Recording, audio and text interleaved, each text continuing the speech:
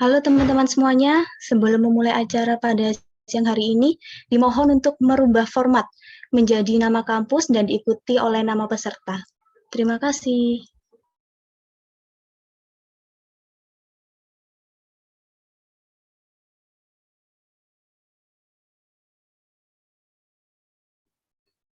Oke. Assalamualaikum warahmatullahi wabarakatuh. Selamat siang semuanya. Salam sejahtera bagi kita semua. Perkenalkan, nama saya Naila Adiba. Di sini saya selaku MC pada acara Scholarship Talk pada siang hari ini. Selanjutnya, saya akan membacakan susunan acaranya. Yang pertama yaitu pembukaan, kemudian sambutan dari Ketua Umum KMIP UGM, kemudian sambutan dari Ketua Umum PPIT Santong, acara inti yang akan dipandu oleh moderator, dan penutup dan foto bersama. Marilah kita memasuki acara yang pertama, yaitu sambutan oleh Ketua Umum KMIP UGM. Kepada Kak Sukma, dipersilahkan. Oke, terima kasih. Apakah suara saya terdengar jelas? Iya, Kak. Oke, selamat siang teman-teman semua. Perkenalkan, saya Sukma Asmatra. Kalian bisa panggil saya Sukma. Saya selaku Ketua KMIP periode 2020, periode 2021. Oke. Sebelumnya saya ingin mengucapkan terima kasih banyak untuk kakak-kakak dari PPIT Shandong sudah meluangkan waktunya untuk sharing-sharing di sini bersama kami, dan juga saya ingin mengucapkan terima kasih juga buat teman-teman yang udah meluangin waktunya di siang hari ini.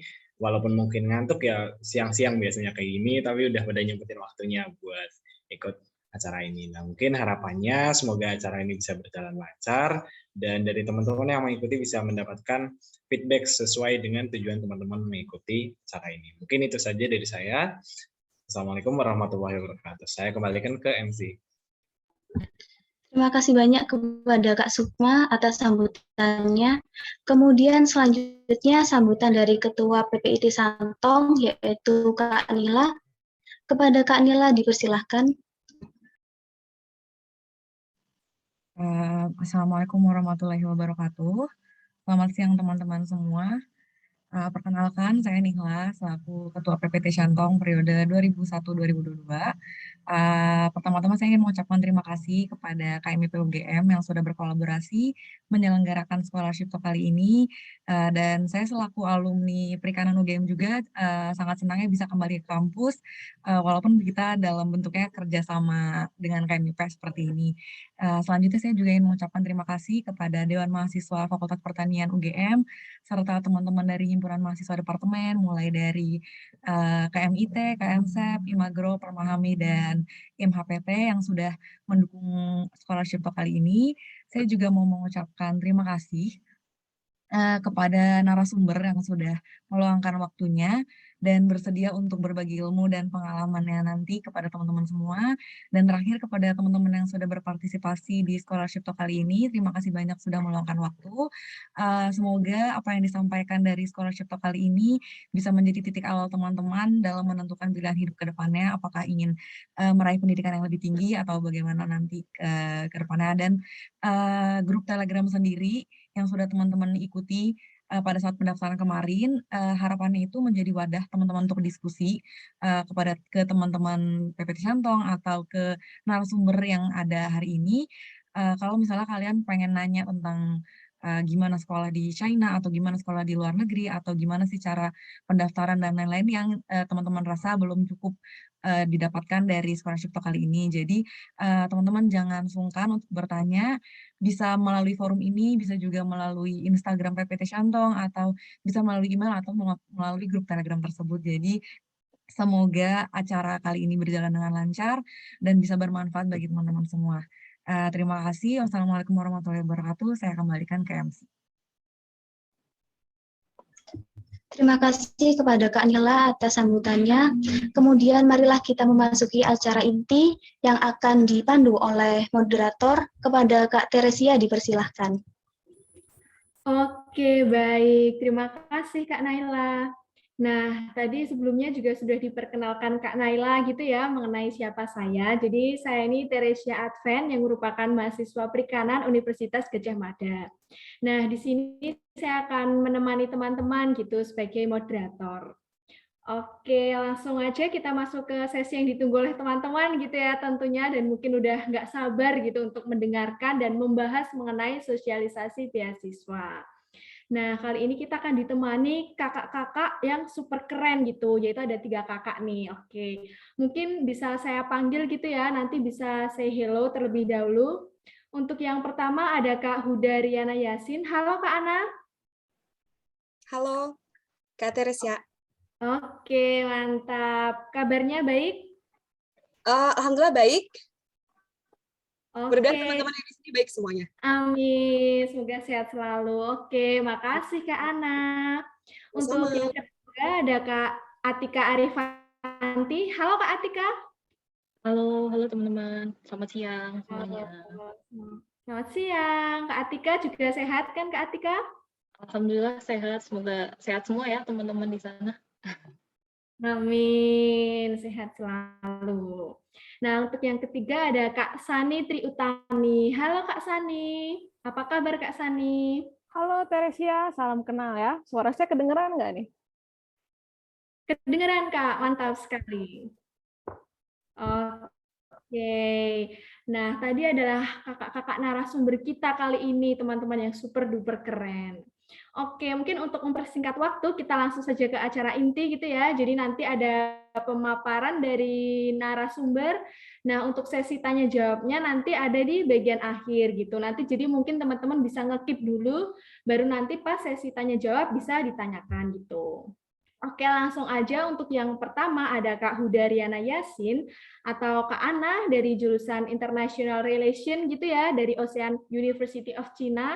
Nah, beliau ini keren banget teman-teman, mendapat beasiswa Chinese Government Scholarship Bilateral Program. Nah, gimana nih Kak Ana, sudah siap? Oke, siap. Oke, mantap. Mungkin Kak Ana saya persilahkan waktunya selama 10 menit. Oke, terima kasih buat Mbak Moderator, Kak Teresia. Sebelumnya kenalan dulu kali ya, nama aku Huda Riana Yasin, biasa dipanggil Ana. Awardee Chinese Government Scholarship Bilateral Program tahun 2020. Saat ini sedang melanjutkan master degree di Ocean University of China Qingdao, majoring in International Relation. Nah, di sini kenapa aku kasih judulnya itu China Scholarship Opportunities. Jadi pertama kali, statement pertama yang ingin aku sampaikan ke teman-teman itu bahwa banyak jalan menuju Cina gitu loh. Jadi tipe-tipe jenis beasiswa Cina itu ada banyak banget. Ada banyak banget kesempatan yang bisa kalian apply untuk studi di Cina. Oke, next. Udah di next belum ini? Oke, selanjutnya ini ada beberapa jenis beasiswa yang bisa kita akses di kampuschina.org. Tipenya sebenarnya nggak cuma ini aja, tapi ini aku share biar ada pandangan kalian tipe-tipe apa aja sih yang bisa kita apply. Sebelum nanti aku bakalan ngejelasin ada 3 jenis beasiswa, yaitu beasiswa Chinese Government Scholarship Type A yang bilateral program jalur embassy yang nanti bakalan aku bahas lebih detail. Kemudian ada tipe B atau yang Chinese University Program, kemudian ada SCWLS. Nah, ini sebenarnya dari 13 nih, kayaknya aku salah input nomor. Sebenarnya dari 14 ini masih ada banyak banget scholarship yang bisa kita lihat detailingnya di kampuschina.org. Kalau nggak salah dia ada kurang lebih berapa menu ya jenis scholarship-nya itu, kalau nggak salah sekitar 450-an lebih. Nanti bisa dilihat detailnya. Di sini aku udah nyediain linknya. Tapi karena waktunya terbatas, nggak mungkin dijelasin satu-satu. Jadi, next.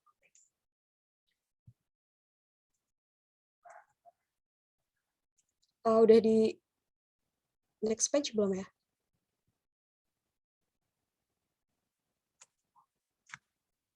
Nah, ini nanti kalau ketika kita akses kampuschina.org, kalian bakalan lihat poin-poin jenis-jenis beasiswa yang kalian bisa akses detail requirements, detail coverage, kalian bisa akses di sini.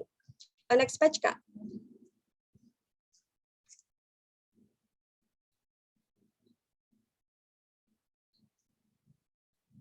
Kayaknya ini belum di slide selanjutnya ya. Oke. Nah, untuk secara umum dari banyak tipe jenis beasiswa khususnya bilateral program yang saya apply itu kriteria pelamar pertama itu bukan warga negara Cina. Jadi Indonesia bisa apply secara otomatis. Kemudian kedua, berada dalam kondisi kesehatan yang baik yang nantinya bakal dibuktikan dengan physical examination report. Terus untuk batasan usia secara umum untuk bachelor degree itu maksimal 25 tahun, kemudian untuk master degree dia batasan usianya 35 tahun dan untuk doktoral 40 tahun. Next, Kak.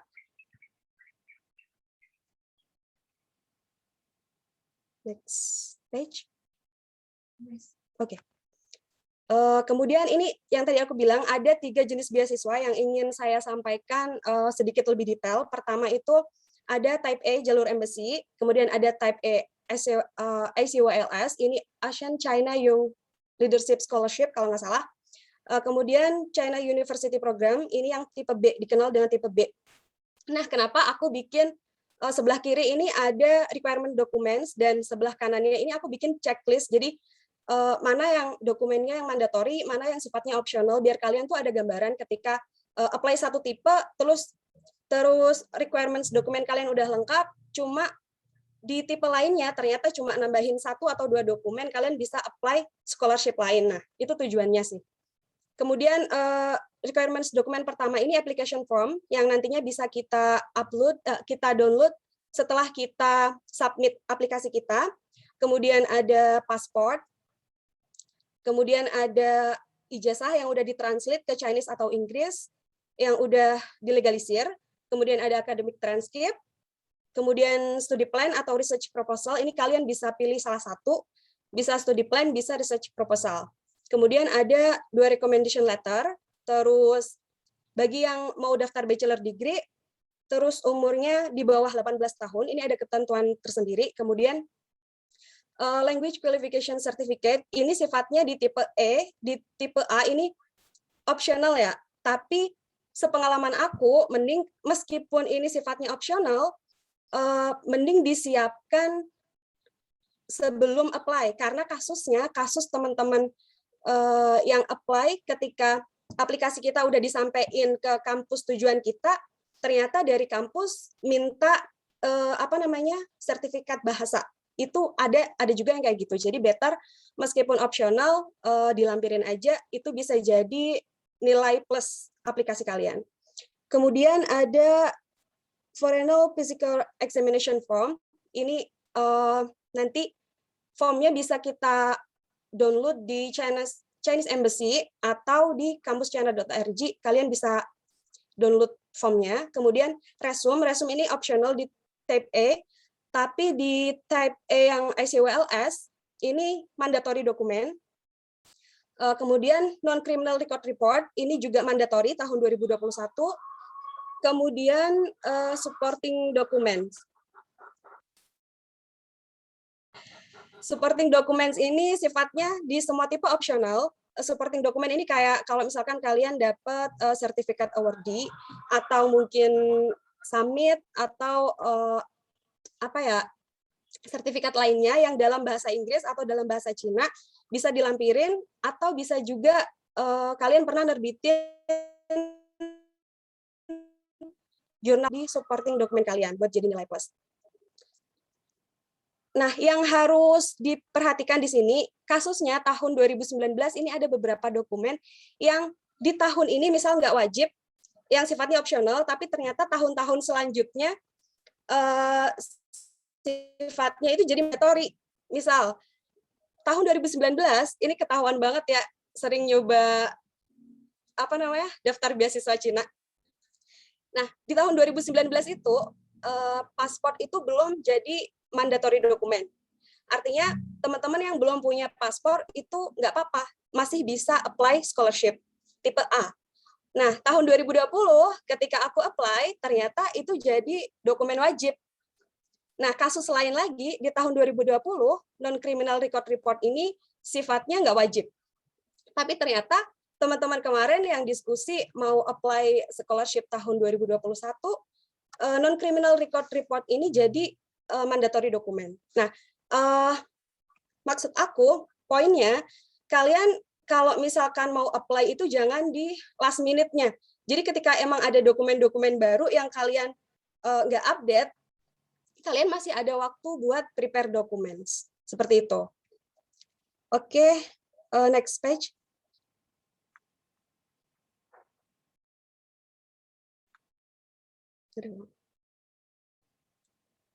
Maaf ya, kayaknya koneksi internetnya deh. Maaf. Terus kemudian coverage and agency number.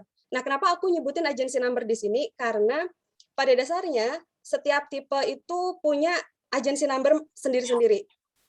Terus you have to pay attention to agency number karena ketika filling form aplikasi kalian ternyata agency number-nya salah, itu aplikasi kalian nggak bakalan diproses. Dan yang perlu diingat, setiap tipe beasiswa punya agency number masing-masing. Kemudian jumlah kampus yang ada yang kerjasama dengan tipe A, tipe B, dan tipe lainnya itu jumlahnya juga beda-beda. Jadi nanti detailnya bisa dilihat di kampuschina.org. Pokoknya kampuschina.org ini kayak jimat lah, kalian bisa akses banyak informasi di kampuschina.org, mulai dari jurusan, terus kampus tujuan, lokasi, sampai jenis-jenis beasiswa lainnya, kalian bisa akses semuanya di situ.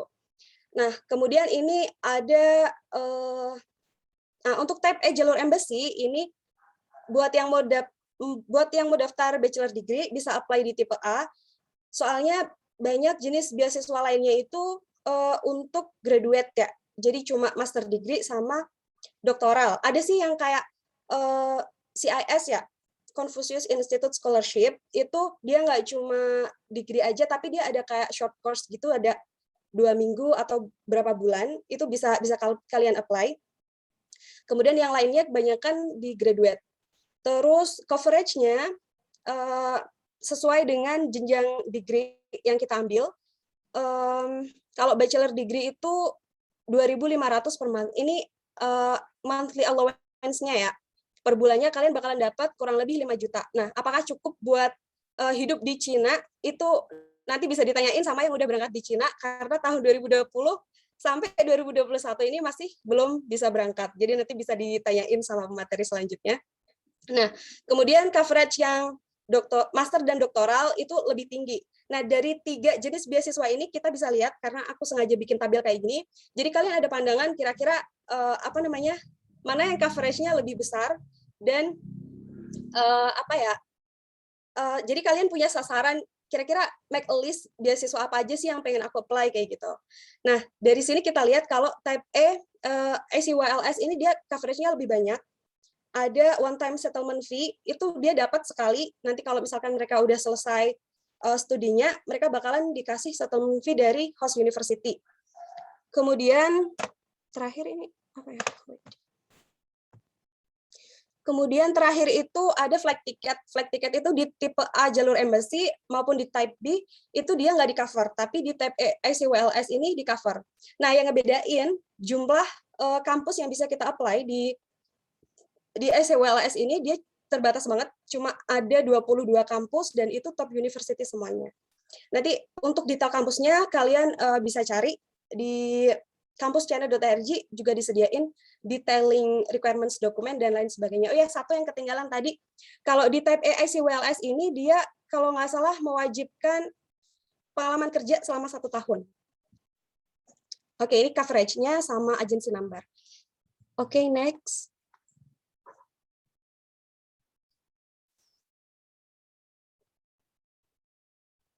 Oke, sebelum bikin akun buat daftar, ini sebenarnya sepele, cuma aku pengen share aja karena ini pengalaman aku ya. Tentuin major. Ini buat teman-teman yang mungkin pengen pindah major dari yang studinya nggak linear, pengen pindah jurusan ya. Is it possible to apply for? Yes. Kita bisa kalau misalkan S1-nya kita ambil sosiologi, tapi S2-nya kita pengen masuk di jurusan international relation. Itu bisa aja. Dan itu penting gitu kan. Terus tentukan kampus tujuan, yang daftar kampusnya kalian bisa cari di website yang udah aku sediain. Kemudian siapkan 3 universitas tujuan atau lebih. Karena nanti aku bakalan ngeliatin picture-nya di slide selanjutnya. Kenapa aku bilang 3 universitas atau lebih? Karena kasusnya kadang kita udah masukin bahasa pengantar, udah masukin major kita, tapi ternyata pas kita mau pilih kampus yang udah kita siapin itu, kadang ada yang nggak bisa kita klik gitu loh. Kasusnya bisa jadi mungkin bahasa pengantar, misalkan kita ambil bahasa pengantar bahasa Chinese, tapi ternyata di kampus itu pengantar bahasa Cina nggak di-cover sama CGS, bisa jadi seperti itu. Nah, untuk detailnya saya nggak tahu, tapi kasusnya ada yang seperti itu. Jadi better daripada nanti kalian udah daftarnya last minute gitu kan, terus bingung mau masukin kampus yang udah kita pilih, tapi ternyata kampus yang kita pilih ada yang nggak ada. Ya, itu buat jaga-jaga sih ya, buat jaga-jaga aja, itu penting. Nah, kemudian selain dokumen di depan tadi, apalagi yang bisa disiapin? Untuk yang mau daftar aplikasi tipe B, itu ada beberapa kampus yang memakai application fee. Jadi siapin uang juga buat bayar application fee. Nah, untuk teman-teman yang pengen nyari kampus-kampus yang nggak pakai application fee, aku juga nyediain link website-nya di sini. Kemudian karena di tipe B ini pre-admission letter itu mandatory dokumen, jadi kalian harus rajin-rajin email profesor buat dapat pre-admission letter-nya. Nah, aku juga udah lampirin website list profesor di kampus-kampus yang tergabung dengan Chinese Government Scholarship. Nanti kalian bisa akses sendiri. Untuk gimana cara email profesornya, kayaknya Kak Sani bakalan bisa lebih lanjut ngejelasin ini nanti. Kasih tips-tipsnya kayak gimana. Oke, next page.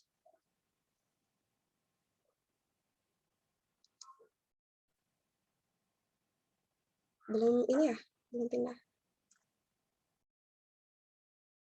Oke, nah selanjutnya kita kalau udah requirements dokumen kita udah terpenuhi, kita buat akun di website studyinchina.csc.edu.cn. Setelah kita daftar, terus dapat verifikasi email, kita verifikasi, login, kalian bisa masuk ke menu application online. Next slide, Kak.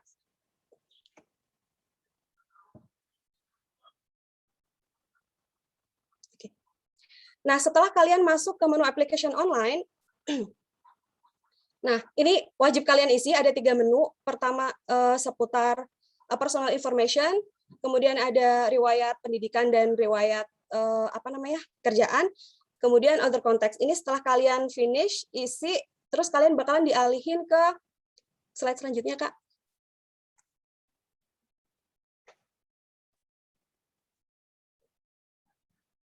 Ya. Kalian bahkan dialihin, ke bagian ini. Jadi yang tadi aku bilang agency number, kalian bisa perhatiin tanda panah yang pertama. Agency number kita isi di situ. Ketika kita pilih tipe A, kita bakalan isi 3602, dan tipe yang lain kita bisa sesuaikan. Kemudian yang tadi aku bilang kampus tujuan kita, nanti kita bakalan ngisi 1 major dengan 3 kampus tujuan, itu ada di tanda panah ketiga. Terus setelah itu verify and save, kemudian next slide. Setelah itu kita bakalan dialihin ke upload dokumen, supporting dokumen semuanya kita upload di situ. Di bagian kanan ada penjelasan mana aja yang mandatory, mana aja yang optional. Kalau udah lengkap, kalian bisa submit. Selesai. Setelah itu, kalau tipe A, jalur embassy, kita harus print hard file-nya, hard dokumen, kemudian kita kirim ke embassy. Tapi tahun 2021 kayaknya teman-teman via email kalau nggak salah deh, kirim ke embassy-nya. Itu karena due to this COVID situation ya. Kemudian kalau setelah submit, udah next slide, Kak.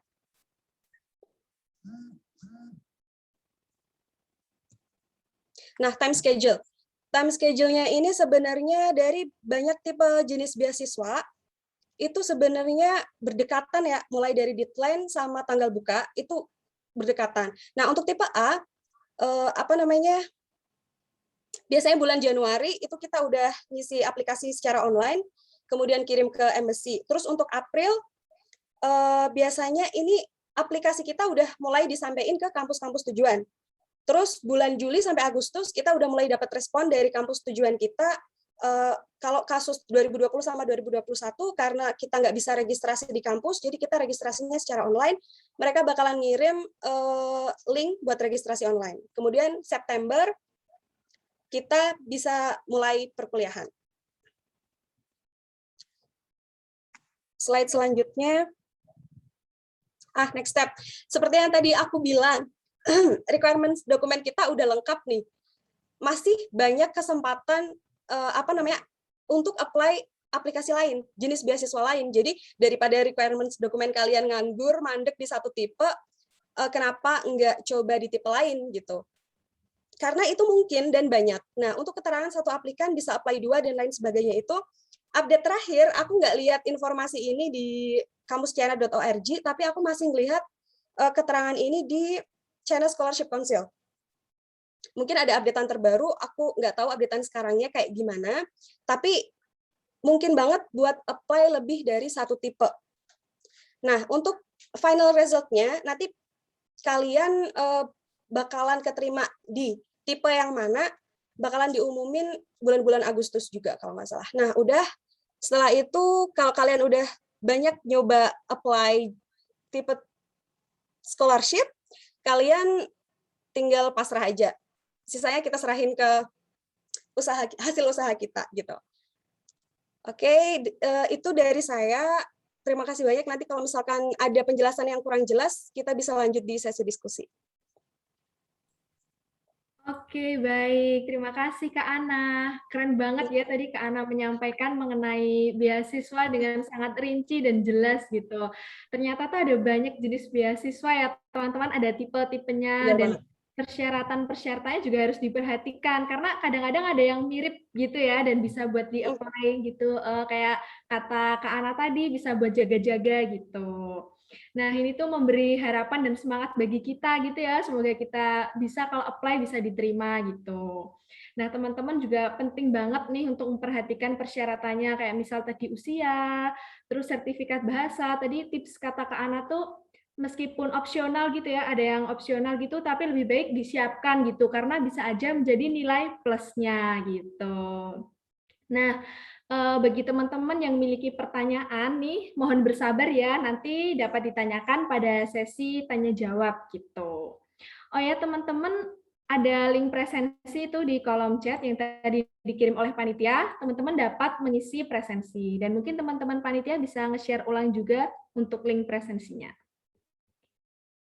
Oke, sekarang langsung aja ya kita ke narasumber kita yang kedua. Mungkin teman-teman sudah tidak sabar gitu ingin mendengarkan dari narasumber yang kedua, yaitu ada Kak Atika Arifati. Nah, beliau ini jurusan Marine Culture and Law gitu di Shanghai Ocean University.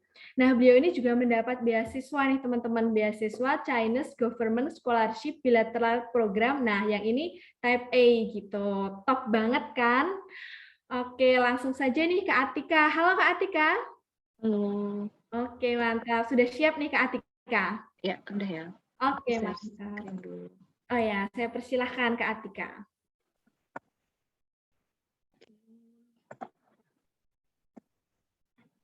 Kelihatan nggak ya share screen-nya? Halo? Belum Kak, belum kelihatan. Kelihatan Kak.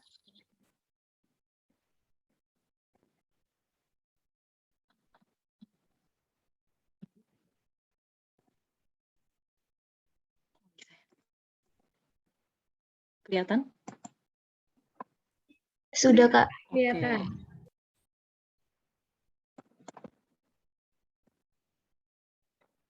Oke, selamat siang teman-teman semua. Perkenalkan, nama saya Atika Arifati. Saya juga penerima CGS Scholarship Type A dari Bilateral Program Dikti. Dan sekarang baru aja lulus dari program Master Degree di Shanghai Ocean University dengan majornya Fisheries Resources gitu. Mungkin perkenalan sedikit gitu ya. Sebelumnya saya S1 di UGM dengan jurusan MSP 2013 gitu. Terus kemudian di tahun 2018 lanjut di Shanghai Ocean University ngambil di College of Marine Culture and Law gitu. Oke, sekarang langsung ya. Pasti banyak yang nanya gitu, kenapa harus studi di Cina gitu kan? Nah, dari sekian banyak alasan mungkin atau sebab itu ada dua gitu menurut saya yang terpenting. Yang pertama, di negara Cina ini nih sekarang lagi membuka peluang sebesar-besarnya untuk mahasiswa asing untuk masuk ke negara mereka untuk belajar di sana gitu. Nah, kemudian beasiswa yang ditawarkan ini ada banyak sekali tipenya seperti yang dijelaskan tadi sama Mbak Ana gitu ya, baik dalam Chinese maupun in English gitu. Terus alasan yang kemudian untuk saat ini dari update data 2016 gitu, sekarang mahasiswa Indonesia yang ada di belajar di Cina itu udah sampai 14.000 gitu teman-teman. Dan untuk mahasiswa asing lainnya itu totalnya sekitar 400 ribuan mahasiswa gitu. Terus yang kedua, negara Cina ini nih ada di Asia gitu, cuma mereka memiliki fasilitas yang nggak kalah gitu dari kampus-kampus besar dunia gitu. 7 dari 20 kampus terbaik di Asia itu ada di Cina. Mungkin ini bisa saya sebutkan beberapa kayak Peking, Tsinghua, Fudan, Nanjing, Zhejiang University, Shanghai Jiao Tong, terus ada University of Science and Technology of China gitu. Terus mungkin ada juga mungkin yang pengen tahu gitu, kenapa Kak Atika ini pilih kuliah di Seoul gitu. Sebenarnya gitu ya, ini tuh pilihan kedua. Jadi kan tadi udah dijelaskan sama Mbak Ana, kalau kita daftar scholarship itu, nanti kita tuh sistemnya mirip seperti SBMPTN gitu. Jadi kita nanti bisa memilih 3 kampus, kemudian nanti akan dihubungi ke 3 kampus tersebut, mana yang akan menerima kita. Nah, kebetulan saya diterima di pilihan kedua. Pilihan pertama saya itu ada di Xiamen University. Nah, kenapa di Seoul? Yang pertama, dia itu kampus yang terfokus di oceanografi dan fisheries gitu. Udah berdiri sejak tahun 1912 gitu. Kemudian yang kedua, dia berada di bawah Ministry of Education. Jadi dia termasuk kampus negeri. Keuntungannya mungkin kalau kampus negeri ini kita akan lebih mudah komunikasinya gitu dengan pemerintah Indonesia kayak gitu. Jadi sering misalnya dari pemerintah Indonesia kirim orang dinas gitu yang belajar gitu biasanya lebih sering ke kampus-kampus negeri gitu. Terus yang ketiga, dia merupakan salah satu kampus yang menerima mahasiswa asing dan kebetulan ada program yang dalam bahasa Inggris. Jadi kan seperti Mbak Ana bilang ya, nggak semua program yang ada di kampus tersebut itu dibuka dalam bahasa Inggris atau ada yang dibuka dalam bahasa Chinese aja kayak gitu dan belum tentu menerima foreigner karena tidak tercover oleh beasiswa CSC seperti itu. Kemudian mungkin kalau kita bandingkan gitu ya, apa sih bedanya kuliah di Cina sama di Indonesia gitu. Nanti ada 3 aspek mungkin yang jadi fokus utama. Yang pertama di sistem pembelajaran, kemudian yang kedua ada di peminatan, ketiga ada di fasilitas sarana dan prasarana yang lebih lengkap gitu. Untuk yang pertama, kalau kita lihat dari kurikulumnya dan sistem pembelajaran gitu ya. Nah, ini kalau yang atas ini tuh dari kampus di Shanghai Ocean University, jumlah kreditnya tuh sebenarnya sama kalau saya bandingkan dari Magister Perikanan UGM dengan di kampus U gitu ya. Jumlahnya sama, mungkin titik beratnya aja yang berbeda gitu. Kalau misalnya kita berkuliah di di Cina gitu, kita tuh ada 10 SKS itu tentang Mandarin gitu. Jadi selain kita belajar major kita gitu, tapi kita punya mata kuliah wajib berupa bahasa Mandarin gitu. Yang mungkin ini bisa jadi kelebihan kita di masa mendatang gitu ya. Kemudian yang kedua, proyek akhirnya tuh sama gitu, sama-sama berupa tesis dengan beban dan jumlah SKS yang sama. Nah, mungkin yang berbeda itu kalau dari program tesisnya itu, jadi kalau di Cina ini mereka lebih terstruktur atau jadwalnya tuh sudah pasti gitu. Kayak misalnya di tahun pertama, jadi semester 2 akhir itu kita ada yang namanya literatur review gitu. Literatur review itu mungkin kalau di Indonesia mungkin seperti seminar gitu ya, seminar UMPS. Nah, di situ kita diminta untuk menyajikan nanti dasar-dasar kita melakukan penelitian gitu. Jadi kita membuka literatur gitu ya, kita bandingkan gitu, yang untuk mendukung untuk next project kita. Kemudian nanti di semester ketiga itu kita udah ada proposal defense gitu. Terus nanti semester keempat nanti kita ada midterm, jadi kayak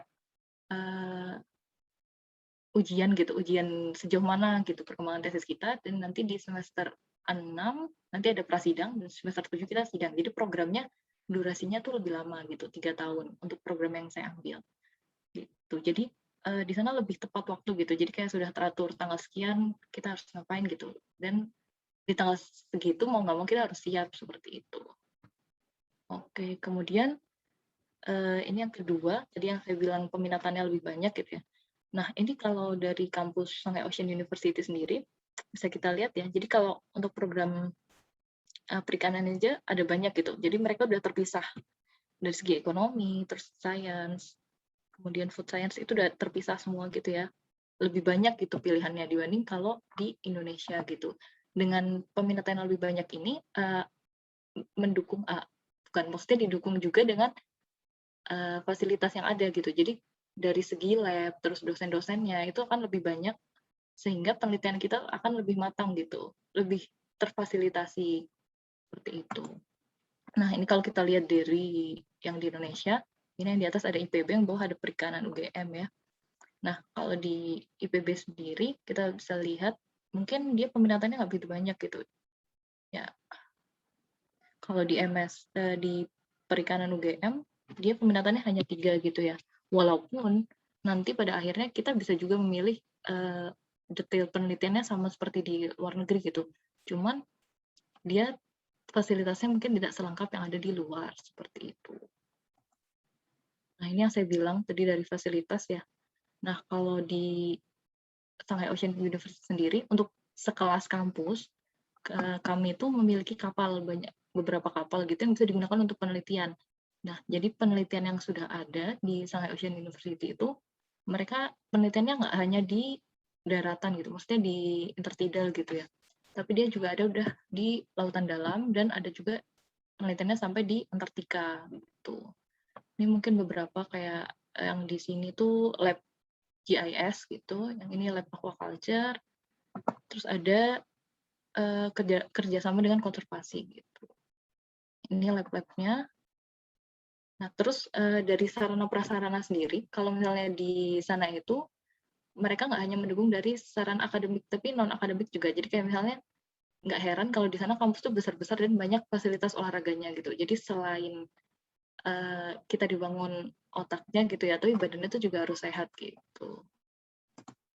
Nah, mungkin ini gambaran kehidupan selama di sana gitu. Aktivitas utama saya mungkin di sini ya. Jadi kayak ada kelas, kuliah, seminar, ada field trip. Biasanya kalau field trip ini kita kunjungan ke konservasi gitu. Kemudian ada learning Chinese culture yang tadi saya bilang ya. Jadi kita ada 10 SKS sendiri untuk bahasa Mandarin. 8 itu bahasa Mandarinnya, 2 SKS itu tentang Chinese culture gitu. Terus kita selain itu ada kegiatan di International Festival. Kemudian Indonesian Community ini salah satunya ada kayak PPIT ini. Kalau di Shanghai itu namanya permit Shanghai gitu.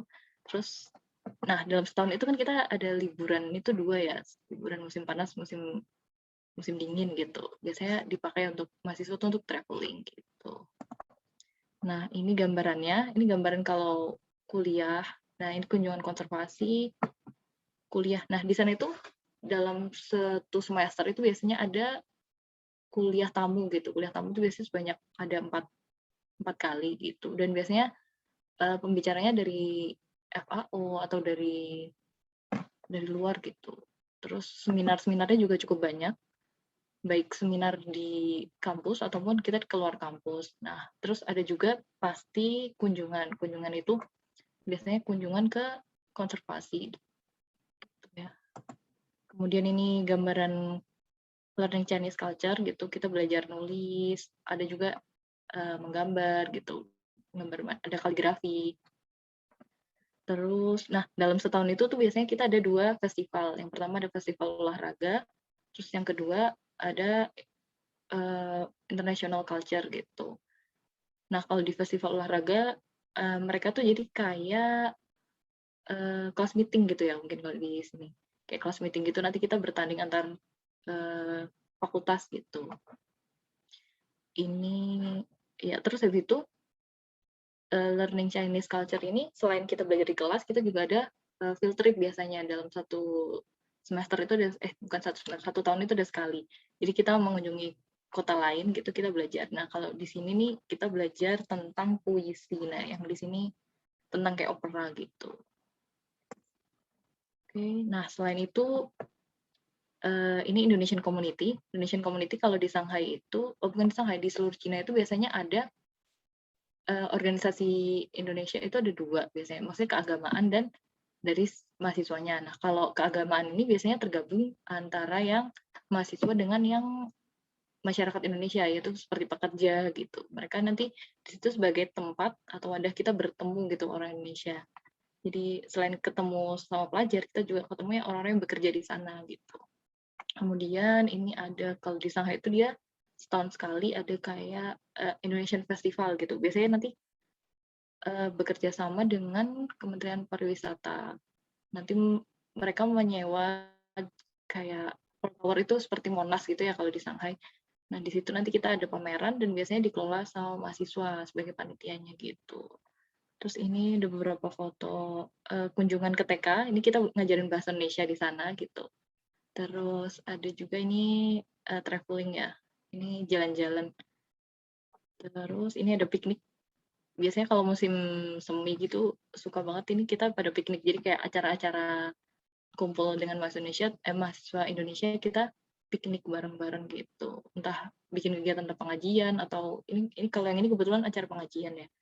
Biasanya kita ada juga kayak outbound gitu main sama-sama. Oke, thank you. Mungkin sekian yang bisa saya sampaikan. Terima kasih. Oke, baik. Terima kasih Kak Atika. Jadi penyampaian materinya sangat menarik gitu ya, bahkan ada foto-foto dokumentasi gitu. Tadi Kak Atika juga membuka pertanyaan gitu ya, mengapa belajar di Cina, dan tadi juga dijelaskan gitu bahwa di Cina itu membuka banyak beasiswa gitu untuk mahasiswa asing. Jadi bisalah ya kalau kita apply gitu.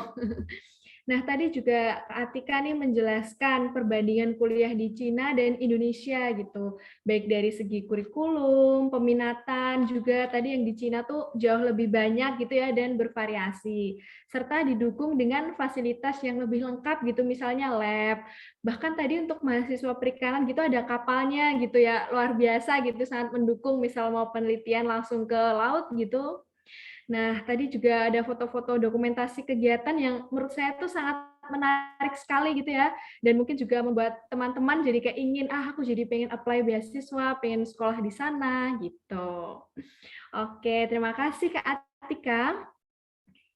Nah, sama seperti tadi ya teman-teman, untuk sesi tanya-jawab akan kita adakan setelah pembicara yang ketiga, jadi setelah ini gitu.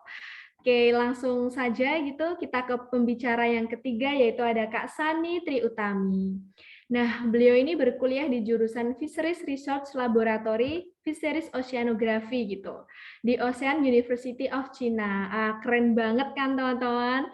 Nah, beliau ini juga mendapat beasiswa nih teman-teman, yaitu ada China Scholarship Council. Keren banget kan teman-teman? Nah, mari kita kupas bersama gitu ya mengenai beasiswa ini dan sharing-sharing dari Kak Sani. Halo Kak Sani. Halo Teresia. Oke, mantap. Sudah siap nih Kak Sani? Siap. Ini saya coba dulu ya share screen presentasi saya. Oke, mantap. Makasih Kak Sani, saya persilahkan. Oke, udah kelihatan? Sudah Kak Sani, sudah kelihatan. Iya, sebentar ya. Assalamualaikum warahmatullahi wabarakatuh. Teman-teman semua dari KMIP UGM, salam kenal ya. Saya Sani, S1-nya dari Unpad tapi ya deketan lah, Jawa Barat, Jawa Tengah, Yogyakarta maksud saya.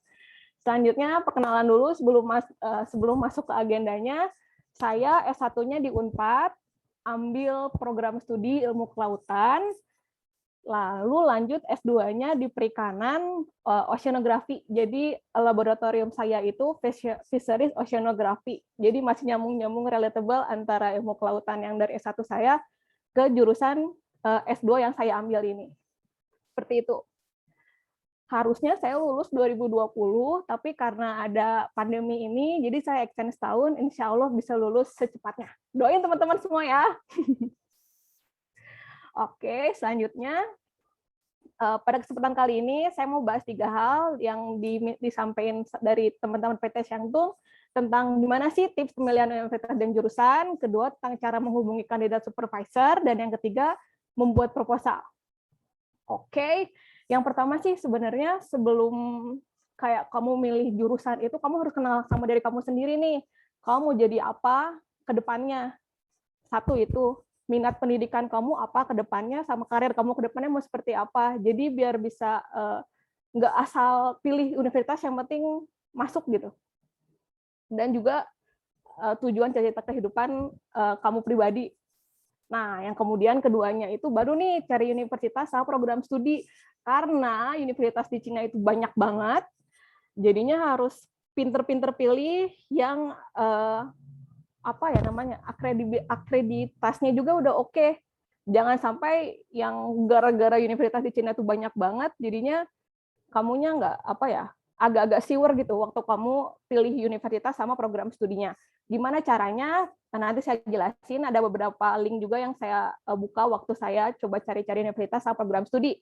Jadi yang pertama itu list dulu program studinya dari berbagai universitas yang relatable sama tujuan kita, maksudnya dari S1-nya apa, ke S2-nya mau apa. Nanti jadi kadang-kadang jurusannya itu namanya tuh nggak sesuai ekspektasi sama yang mau kita masukin. Jadi juga harus juga nanti setelah itu lihat juga silabus mata kuliahnya gitu. Sebenarnya si jurusan ini tuh ngambil tema besarnya tuh ngebahas apa sih gitu. Contohnya aja kayak perikanan UGM sama perikanan FPK Unpad, menurut saya agak-agak jauh beda silabusnya, walaupun sama-sama perikanan gitu, si jurusannya itu. Selanjutnya, setelah mencari universitas dan program studi, lanjut ke mengumpulkan informasi. Utamanya sih lebih ke mengumpulkan informasi dosen di program studi tersebut itu sedang meneliti apa, minat penelitian payung besar si profesor yang di program studi yang lagi kita incer nih, lagi riset apa nih.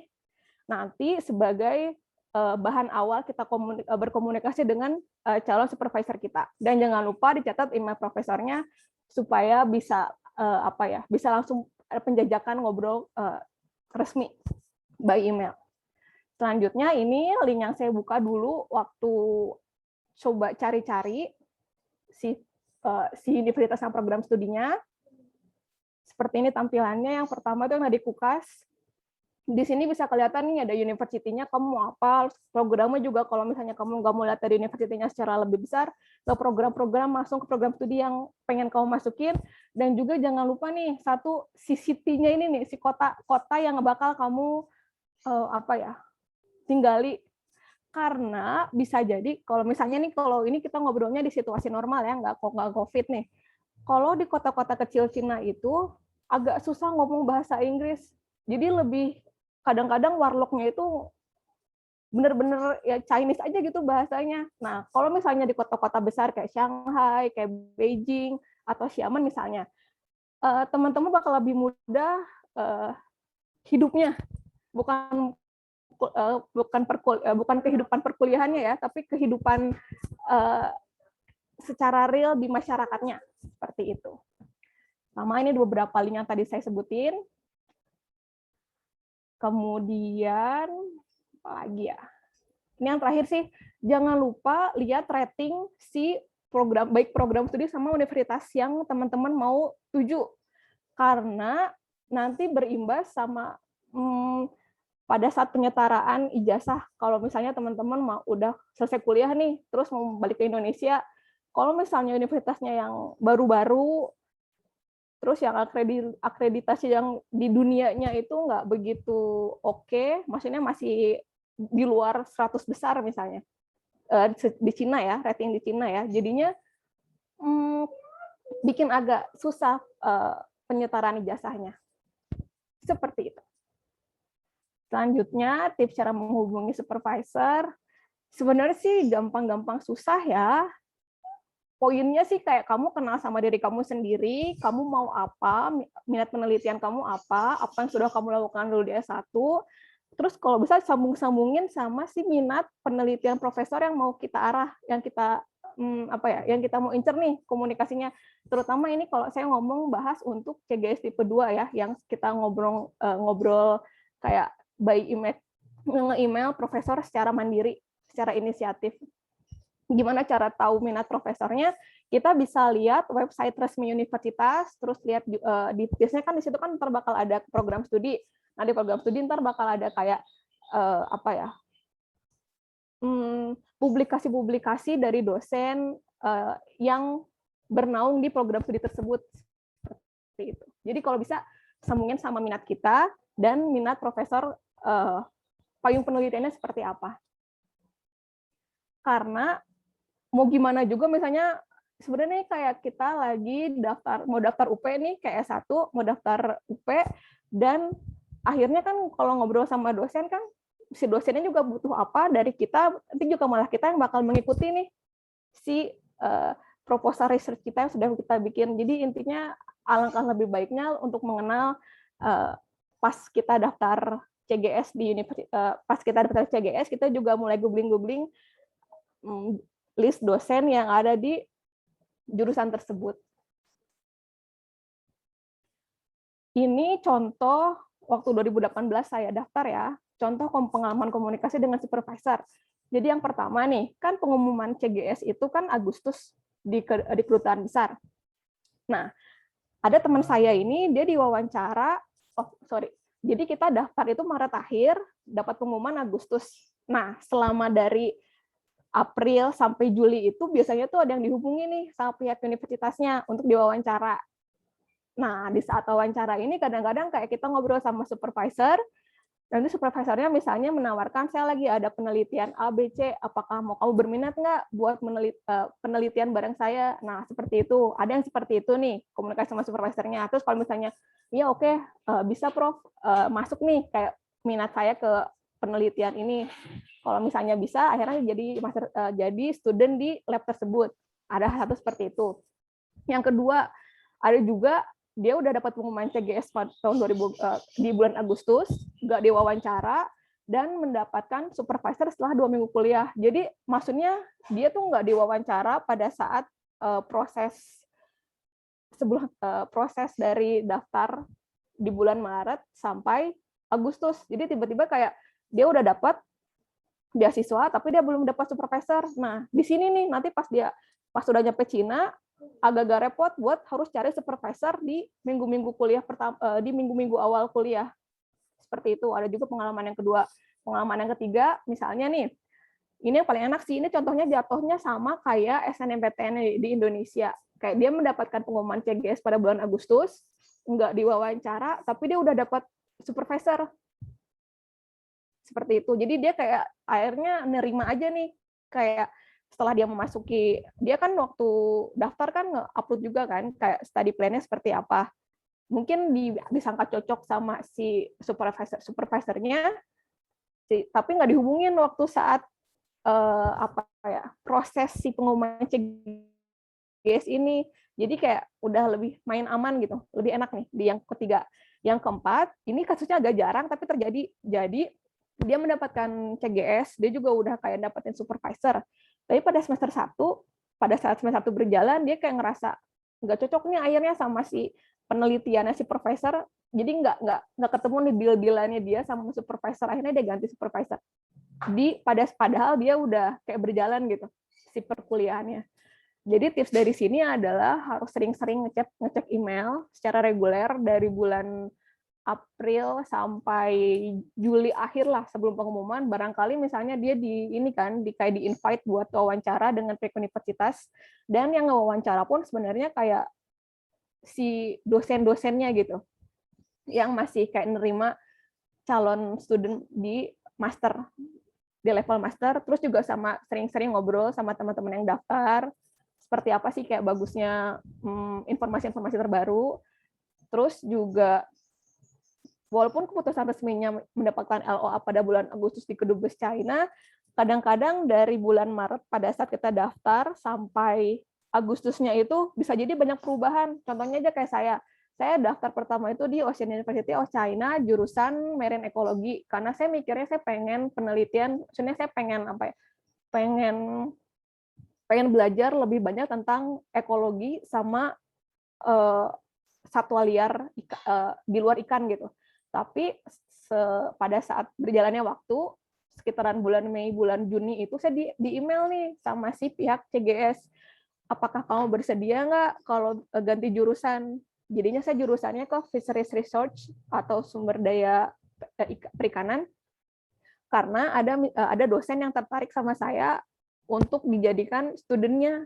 Nah, saya pikir kayak sebenarnya kan kayak mirip-mirip ya. Maksudnya waktu saya lihat juga si silabus perkuliahannya, silabus mata kuliahnya juga relatable nih sama yang saya pengen teliti juga, walaupun bukan tujuan awal saya karena Fisheries Research itu kan. Jadi kayak ya udah ya saya berminat, maksudnya kalau misalnya ganti jurusan.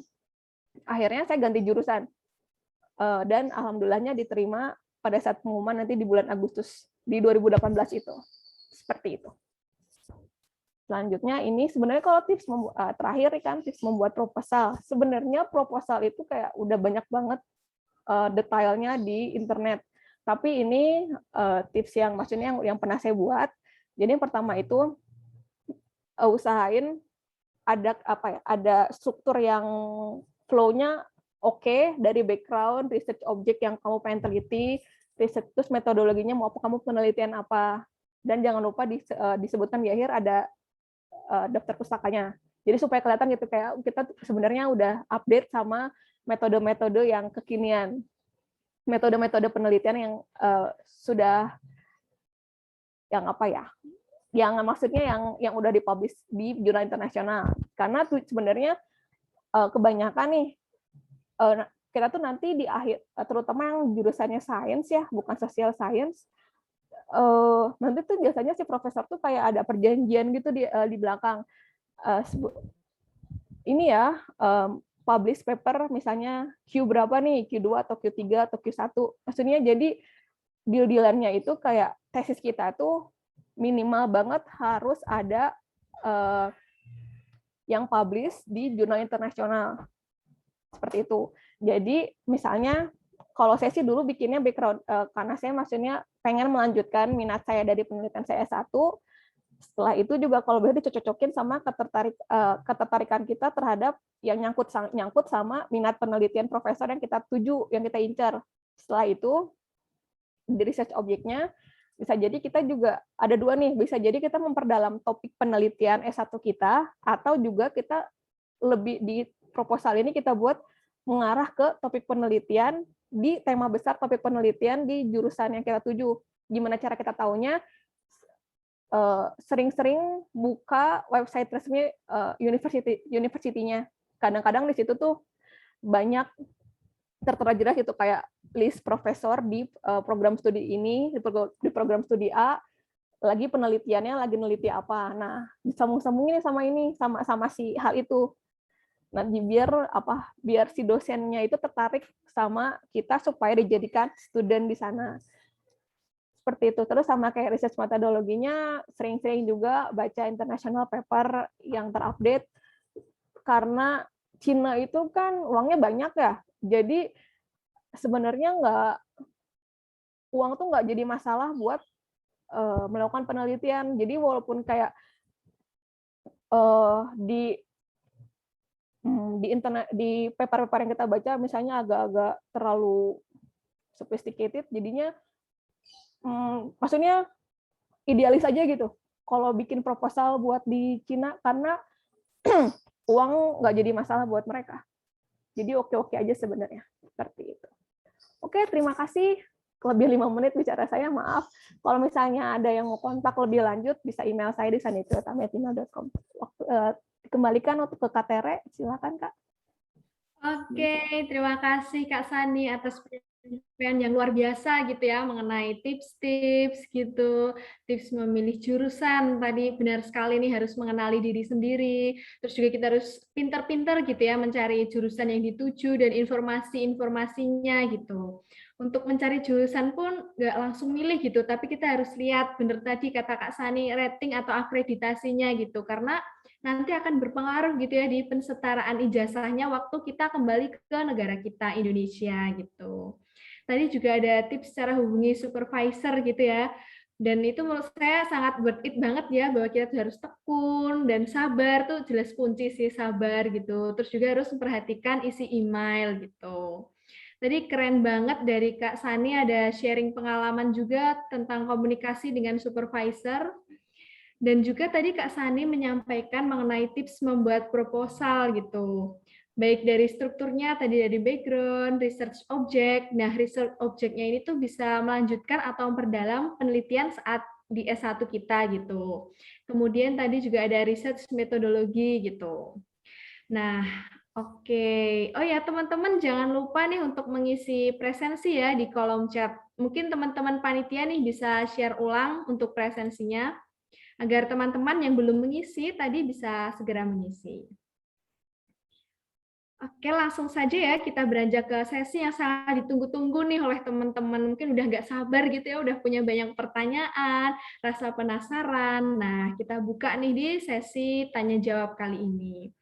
Nah, untuk teman-teman nih bisa mengajukan pertanyaan dengan raise hand lalu open mic, atau dapat juga menuliskan pertanyaan di kolom komentar gitu ya, di kolom chat dengan format nama penanya, underscore narasumber yang dituju, underscore pertanyaan. Nah, di kolom chat ini sepertinya sudah ada yang bertanya gitu ya. Mungkin saya bacakan yang ada di kolom chat terlebih dahulu gitu ya, Kak. Ini ada Kak Rikul Janah gitu dari UGM. Untuk pertanyaannya saya bacakan. Izin bertanya untuk narasumber, bagaimana pengalaman kuliah online di negeri? Wah, sharing gitu kalau kuliah itu gimana? Oke, sharing di Kak mana yang udah Mungkin lagi ya, jadi itu balik lalu persis itu apa di dan udah habis ya online ya, jadi kuliah online lebih kayak kalau online orang. Jadi misal nih kita email jam 8 pagi ya, kita kan pagi gitu.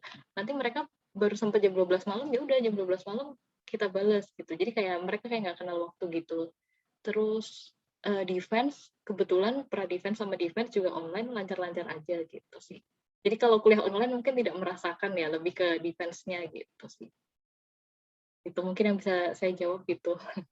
Oke, makasih Kak Atika atas sharing-nya. Ini bisa menjadi gambaran gitu buat teman-teman.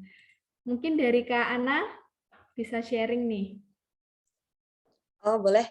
Aku mulai dari tahun pertama emang udah studi online karena belum bisa berangkat. Sedih banget. 2 tahun, udah jalan 1 tahun ini ya. Karena aku ngambil pengantar bahasa Cina, jadi aku belum masuk ke major.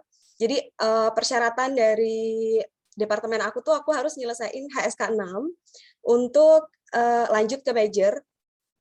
Jadi aku selama 1 tahun ini belajar online bahasa Cina. Buat aku seru sih, karena kenapa aku ngambil pengantar bahasa Cina? Ini itu buat aku modal diplomasi ya.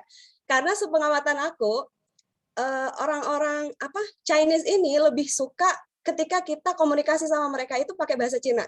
Ini true banget. Ini benar. Ini aku buktiin ketika aku komunikasi sama Laoshe, terus sama bagian-bagian administrasi.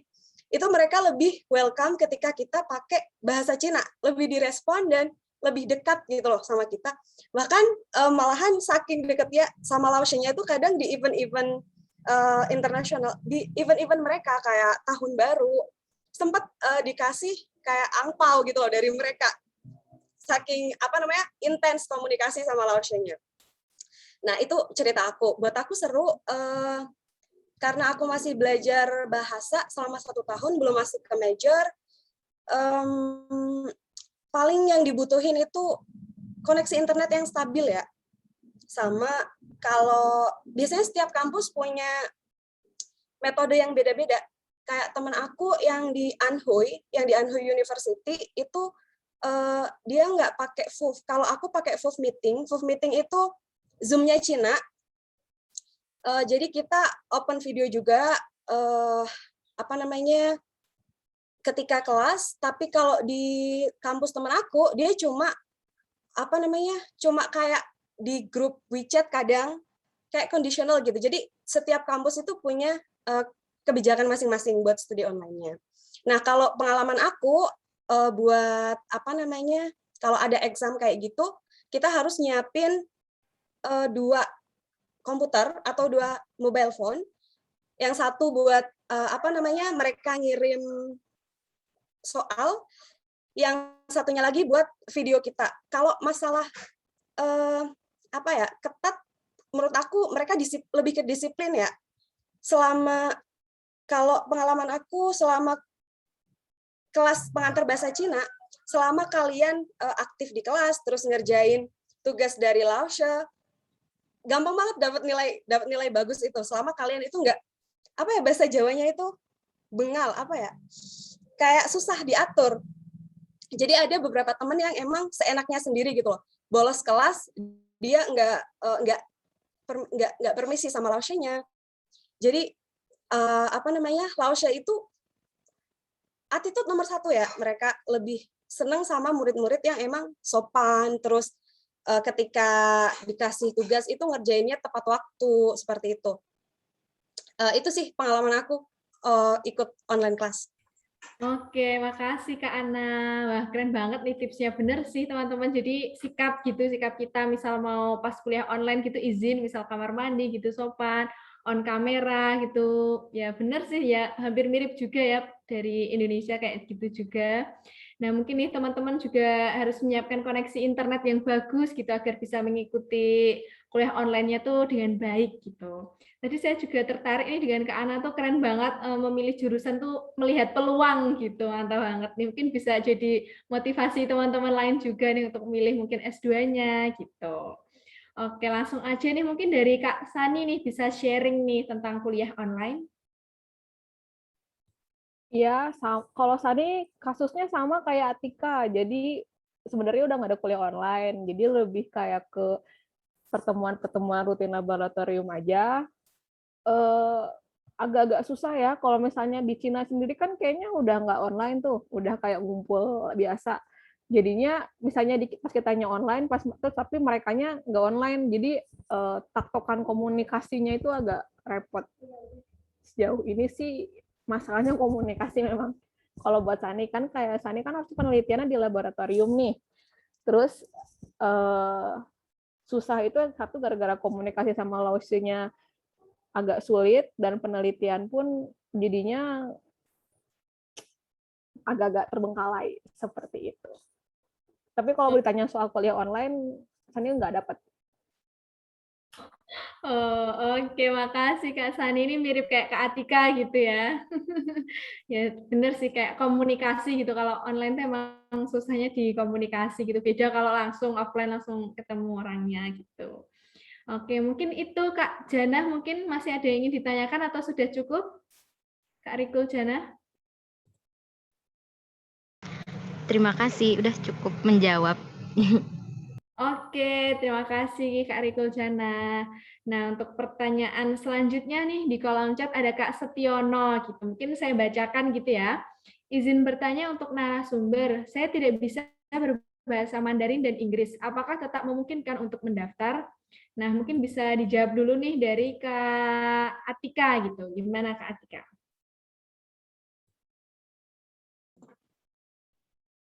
Oke, sebenarnya kalau misalnya mau kuliah ke sana, seminimal mungkin sih bisa bahasa Inggris gitu ya, karena kita diminta untuk menyertakan kemampuan sertifikat bahasa gitu. Jadi saya itu kan apply 2018 gitu lewat Dikti. Awalnya itu saya nggak menyertakan karena mepet kebetulan, jangan dicontoh gitu ya. Jadi saya tuh apply tuh mepet banget, jadi hamin 1 bulan, nggak punya berkas apapun gitu.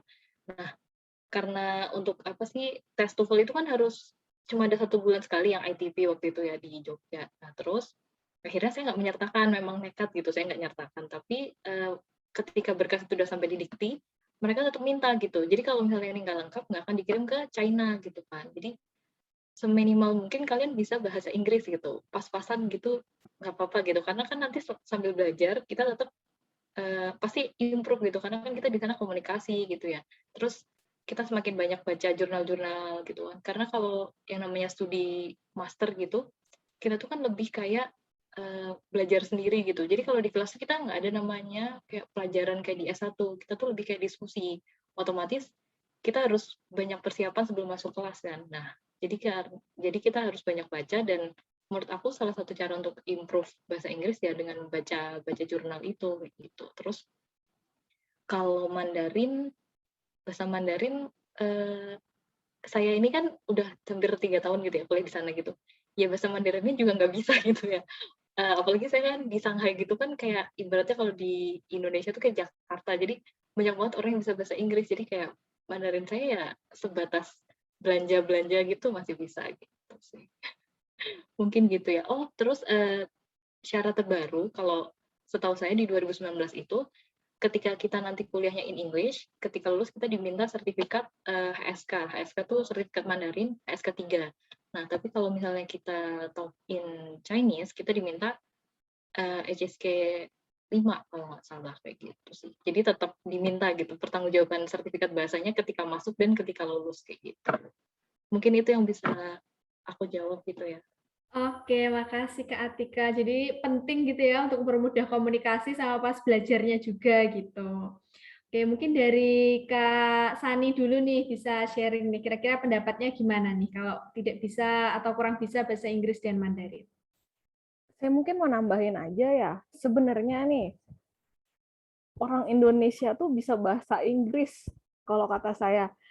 Sekacau-kacaunya bahasa Inggris kita, masih lebih kacau bahasa Inggrisnya orang Chinese. Jadinya, apa ya, yang penting bisa nulis sih, writing, kan karena kita kan diharuskan buat membuat paper, membuat apa ya, report dalam bahasa Inggris kan minimalnya.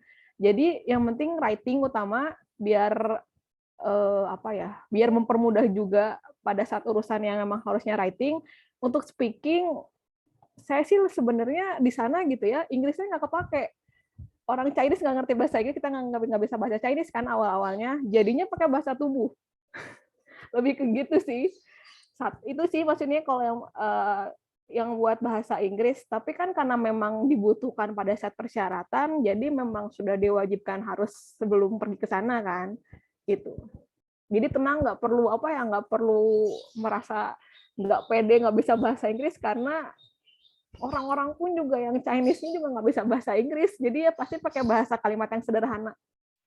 Kita belajar dari SD sampai kuliah bahasa Inggris pasti bisa sih menurut saya. Oke, mantap Kak Sani nih, memberi harapan nih bagi kita nih yang kurang jago, kayak saya juga kurang jago. Tapi yang penting sepertinya yang basic-basic gitulah, nanti saling membaur gitu sama orang-orang di Cina. Nah, oke, mungkin dari Kak Ana nih mau menambahkan. Oke, kalau pertanyaannya mungkin apply, mungkin bisa, mungkin nggak untuk apply? Jawabannya mungkin, tapi potensi diterimanya kita nggak tahu gitu. Tapi mungkin aku salah satu orang yang beruntung kali ya. Aku daftar tahun 2020 nggak ngelampirin sertifikat bahasa. That's why aku ambil pengantar bahasa Cina. Selain aku emang seneng banget belajar foreign language. Jadi waktu itu dapat email pertama itu ditawarin, karena kamu ini nggak ngelampirin language certificate, jadi kamu harus nambah 1 tahun buat kelas bahasa Cina selama 1 tahun, dan setelah lulus HSK 6 kamu baru bisa ngelanjutin major. Jadi ya aku yain aja karena emang aku pengen belajar bahasa Chinese, tapi practically ternyata belajar bahasa Cina itu susah banget. Jangankan 1 tahun, aku nggak bikin ini ya, nggak bikin bahasanya ngendor-ngendorin kalian. Cuma practically aku dan teman-teman yang ambil pengantar bahasa Cina sedikit menyesal sebenarnya, tapi menyesal di tengah jalan juga bukan opsi yang bagus ya. Jadi lanjut. Dan kasusnya teman-teman yang apply pengantar bahasa Cina, kebanyakan mereka extend kelas selama 1 tahun lagi. Jadi ada teman aku yang di Anhui, dia udah disuruh ujian HSK, nggak tahu HSK-nya lolos apa enggak, tapi dia diharuskan extend selama 1 tahun. Mungkin bisa jadi nggak tahu lolos apa enggak ya, aku lupa nanya, tapi dia kursus bahasa Cina selama 2 tahun. Lumayan banget sih. Tapi kalau untuk harus bisa bahasa Inggris atau enggak, itu menurut aku modal ya, karena nanti ketika kalian ambil pengantar bahasa Inggris ataupun Chinese, buat nulis paper kalian juga butuh skill itu gitu loh. Butuh skill itu, nggak cuma buat komunikasi, nggak cuma buat daily komunikasi. Oke lah, kalau daily komunikasi mungkin bisa strateginya bisa pakai bahasa tubuh kayak yang Kak Sani bilang tadi kan. Nah, tapi kalau misalkan untuk kayak nulis paper, presentasi makalah dan lain sebagainya, ada sih sebenarnya alternatif gitu yang bisa ngebantu. Sekarang kan ada kayak Grammarly, itu bisa ngebantu kita buat nyusun paper kita secara gramatikal. Menurut aku, asal kalian ada kemauan, ada tekad yang emang benar-benar ya diterjang aja gitu loh. Kalian bakalan cari usaha gimana cara kalian mempertahankan, misal kalian apply Chinese Government Scholarship tanpa sertifikat bahasa kayak aku misalkan, tapi ternyata di tengah jalan ketika kita garap paper harus pakai bahasa Inggris. Kalau kalian mau mempertahankan beasiswa kalian, ya kalian harus istilahnya rela kerja berat, hard study gitu loh, belajar yang keras kalian. Karena setahu aku beasiswa ini ada yang namanya evaluasi tahunan ya Kak Sani ya. Nanti kita selama selesai studi 1 tahun itu ada disuruh ngisi evaluasi beasiswa kalau nggak salah. Nah, jadi kalau misalkan kita nggak memenuhi ketentuan mereka, bisa jadi beasiswa kita dihentikan. Nah, saran aku ketika kalian masih punya waktu, ya mending dipersiapin aja buat buat senjata perang gitu loh. Kita mau perang tapi nggak punya senjata ya. Sedangkan lawan kita itu misalkan dokumen pendukungnya lebih banyak. Nah, jadi kalau bisa ya mending dipersiapin aja sih. Tapi kalau mau nyoba, siapa tahu beruntung kayak aku, nggak usah ngelampirin sertifikat bahasa ya, nggak apa-apa gitu. Itu sih dari aku. Saya mau tambahin sedikit boleh nggak? Kayaknya tadi saya ada salah sedikit bicara. Oh, boleh Kak Sani, boleh. Maksudnya gini, kan orang Chinese pun kan bukan mother tongue-nya bukan bahasa Inggris ya. Jadi jatuhnya kita sama-sama belajar dan menggunakan bahasa Inggris pada saat maksudnya bukan karena kebiasaan tapi karena kita belajar. Jadi jatuhnya itu pasti bisa sama-sama mengerti kalau karena pakai bahasa Inggris standar gitu. Bukan native yang agak-agak pusing kalau soalnya ngomong pakai slang bahasa Inggris gitu kan. Jadi kalau misalnya di luar harus yang kayak nulis paper dan lain-lain, menurut saya sih insya Allah bisa-bisa aja gitu. Itu aja sih tadi mau nambahin itu. Terima kasih. Oke, makasih juga Kak Sani. Nah, bener banget nih teman-teman. Jadi bahasa Inggris tuh jadi model kita kayak senjata gitu tadi ya kata Kak Ana nih. Jadi harus siap gitu, harus bisa buat nulis paper, buat presentasi gitu. Kan presentasi gitu ya di depan dosen, penguji gitu kan pakai bahasa Inggris gitu. Jadi ya bisalah kita belajar gitu. Mulai dari sekarang detik ini gitu, bisalah gitu. Oke, mungkin gimana Kak Setiono, masih ada pertanyaan atau sudah cukup?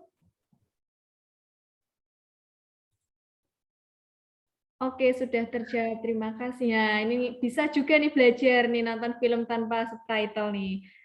Wah, ini pengen ke Cina nih. Semoga nyusul, amin. Semangat katanya kakak-kakak nih. Oke, kita lanjut ya. Untuk pertanyaan selanjutnya nih ada dari Tiara dari UGM. Saya bacakan ya. Izin bertanya untuk narasumber. Apa kelebihan mendapat beasiswa kuliah di Cina? Apakah universitas di Cina lebih baik daripada di Indonesia, terutama di UGM, untuk melanjutkan studi? Terima kasih. Nah, mungkin ini bisa dijawab dulu nih dari Kak Sani nih yang udah banyak tadi pengalamannya. Soal perbandingan ya. Sebenarnya salah satu tujuan kuliah ke luar negeri kan biar ada pengalaman yang berbeda nih. Jadi jelas kita dapat mendapatkan pengalaman yang berbeda pada saat perkuliahan kalau misalnya kita kuliah di Cina dibanding kalau misalnya tadi ada yang nanya kan kalau kuliah lagi di UGM gimana. Menurut saya sih pengalamannya bakal mirip-mirip karena orang-orang dan lingkungannya juga mirip-mirip gitu kan. Yang kedua, di Cina itu uangnya banyak banget. Jadi kayak kamu penelitian apa kadang-kadang yang mahal pun dijabanin gitu loh. Jadi kayak karena fasilitasnya lebih mendukung, jadi ya lebih enak aja gitu, idenya tuh nggak kesendet gara-gara biaya. Sama yang kedua mungkin yang saya rasain banget dulu di Cina itu jaringan internet sih kacau. Maksudnya kenceng banget. Terlepas dari masalah harus pakai VPN, karena kalau misalnya kita mengakses website situs yang bukan made in China lah bahasanya itu agak-agak susah. Terus juga kayak mau akses jurnal-jurnal internasional yang berbayar tuh lebih mudah, jauh lebih mudah. Jadi di sana sih kayak kesempatan pengalaman yang beda tuh di sana. Gitu. Oke, makasih Kak Ana untuk sharing-sharingnya. Nah, mungkin nih lanjut nih. Maaf Kak Sani tadi maksud saya. Terus lanjut nih ke Kak Ana nih, gimana untuk sharing-sharingnya? Kalau aku sih lebih senang ke disiplinnya sih. Lebih time schedule-nya ini emang benar-benar nggak bisa diundur-undur, nggak ngaret gitu loh. Disiplin ya, lebih ke disiplin itu yang sebenarnya yang aku suka dari mereka. Jadi bisa dibilang ketat ya, lebih ketat, peraturannya lebih ketat. Ketika kalian emang nggak bisa nyelesain di waktu yang udah di waktu yang udah dikasih ya, kemungkinan bisa jadi nggak bisa ditolerir. Itu sih yang aku suka dari kuliah di Cina itu. Aku suka itu. Sedangkan ini mungkin orang beda pengalaman ya. Kadang kan ada kampus-kampus yang emang ketika kita ngurusin administrasi dipersulit gitu mungkin. Nah, yang sepengalaman aku, mereka tuh pokoknya nggak ada yang namanya administrasi itu dipersulit ketika emang kita udah masuk di kualifikasi mereka gitu, persyaratannya udah sesuai, nggak bakalan dipersulit sama mereka. Terus lagi udah sih kayaknya itu, tapi ada lagi yang aku mau bilang tapi aku lupa. Ini dosennya itu perhatian sama student, itu bener banget. Tapi mungkin itu pengalaman personal kali ya, tapi lebih kayak diperhatiin. Kadang kan ada yang emang kalau mau komunikasi sama dosen itu ada beberapa yang balesnya cuma oke, gitu doang. Aku nggak nemuin selama aku komunikasi sama mereka, nggak nemuin itu gitu loh.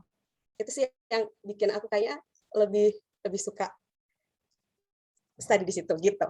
Oke, makasih Kak Ana. Tadi juga mirip sama Kak Sani gitu ya tentang kedisiplinannya, dan untuk dosen ya emang benar sih, saya juga sering dibalas cuma jempol-jempol 2, jempol-jempol gitu. Udah biasa gitu rasanya. Oke, mungkin lanjut nih ke Kak Atika, bisa sharing-sharing juga nih. Monggo. Mungkin kalau dibandingin sama di UGM gitu ya, benar sih kayak katanya Sani gitu. Jadi kalau misalnya di luar tuh kita lebih kayak challenging gitu loh. Jadi kita ada di lingkungan baru gitu, terus kita ketemu orang-orang baru, nggak cuma orang dari negara kita, tapi kita ketemu orang dari negara lain. Kita belajar tentang kebudayaan mereka gitu. Jadi selain kita sekolah, kita juga dapat ilmu lain tentang kehidupan gitu ya.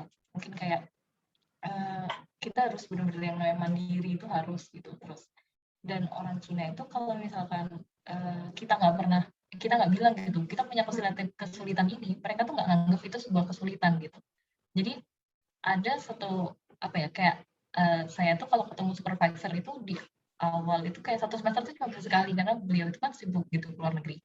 Nah sepanjang 1 semester itu saya bingung, kok saya nggak pernah dihubungin gitu.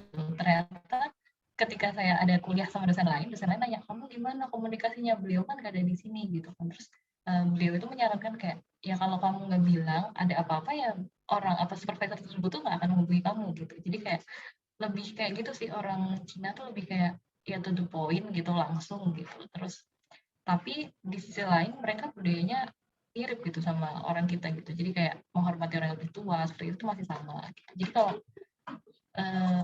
kalau balik ke kelebihan gitu, mungkin ya kuliah di luar negeri lebih kayak kita belajar, mungkin kalau dari segi sekolah mungkin sama gitu ya, kurang lebih aja. Sani tadi benar juga, kayak kalau penelitian di sana tuh nggak tanggung-tanggung gitu loh. Kalau kamu minta apa aja tuh bakal dikasih gitu. Kalau misalnya kita di UGM gitu ya, misalnya saya ngerasain gitu, itu kan kayak misalnya kalau terlalu mahal gitu kan, kalau nggak ada namanya hibah penelitian nggak mungkin gitu kan. Atau misalkan ada hibah penelitian pun nggak mungkin bisa turun semuanya atas nama kamu gitu penelitiannya. Pasti nanti atas nama dosen dan kamu kebagian dari subbab dari penelitian dosen tersebut kayak gitu sih.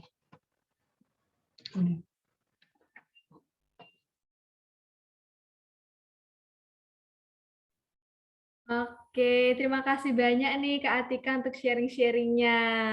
Tadi juga biar kita tertantang gitu juga ya untuk mencoba kuliah di luar negeri gitu, yang kan kita S1-nya mungkin dari Indonesia, terus S2-nya bisa di luar negeri misalnya di Cina gitu. Nah, untuk Kak Tiara gimana nih, sudah cukup atau ada yang ingin ditanyakan lagi?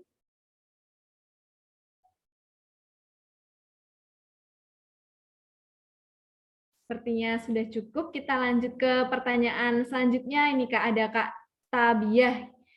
Kak, berapa lama persiapan untuk mendapatkan beasiswanya? Kalau semisal wajib bahasa Mandarin berarti nambah masa studinya. Nah, untuk yang bahasa mungkin tadi udah kejawab yang tadi gitu ya. Mungkin ini jawab yang persiapan untuk mendapat beasiswa. Mungkin dari kakak-kakak nih bisa sharing nih. Mungkin sekarang dari Kak Ana terlebih dahulu nih, sharing gimana nih, berapa lama nih buat dapat beasiswanya? Tadi kan aku bahas time schedule ya. Kalau buat persiapan, biasanya bulan-bulan kayak gini udah mulai ngumpulin persyaratan ya, kecuali kayak yang beberapa dokumen seperti physical examination report, karena itu kan ada ada masa berlaku. Dia kalau nggak salah 6 bulan, masa berlakunya 6 bulan. Kemudian step by step-nya kayak mulai bulan-bulan ini tuh kalian kalau misalkan udah lulus ya, udah ngubungin profesor buat minta admission letter, profesor di kampus masing-masing, dua surat rekomendasi, kemudian ijazah dan transkrip ditranslate dan dilegalisir, itu butuh waktu juga kan. Terus kemudian bikin study plan, itu mungkin cuma 1 lembar ya, 800 kata itu sekitar 1 lembar, tapi kadang bingung bikin apa aja sih yang dibikin di study plan kayak gitu kan. Itu butuh persiapan yang lumayan juga sih menurut aku. Jadi kalau bisa mulai bulan-bulan kayak gini kalian udah nyiapin nyicil ya, istilahnya nyicil dokumen. Mungkin kalian bikin study plan atau cari informasi kampus yang relate sama major kalian, itu udah mulai bisa kalian cari dari sekarang.